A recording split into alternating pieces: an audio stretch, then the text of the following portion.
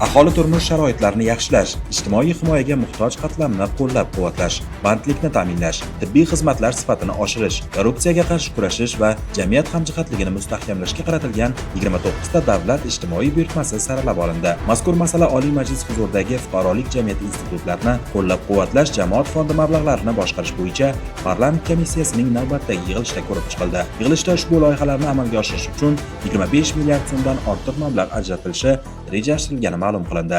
Bu ijtimoiy himoya milliy agentligi tomonidan bitta loyiha 600 million so'mga, korrupsiyaga qarshi kurash agentligi tomonidan ikkita loyiha 1,5 milliard so'mga, kambag'allikni qisqartirish va bandlik vazirligini bitta loyihasi 1,5 milliard, suv xo'jaligi vazirliginiki 600 million so'm, din ishlari bo'yicha qo'mitasiniki, ya'ni 5 ta davlat organiga va qolgan 12 ta viloyat hokimliklariga demak davlat ijtimoiy buyurtmasi ajratish maqsadga muvofiqligi bo'yicha demak ko'rib chiqilib, shu bo'yicha takliflar ishlab chiqilgan. Tanlovlar yaqin kunlarda e'lon qilinadi.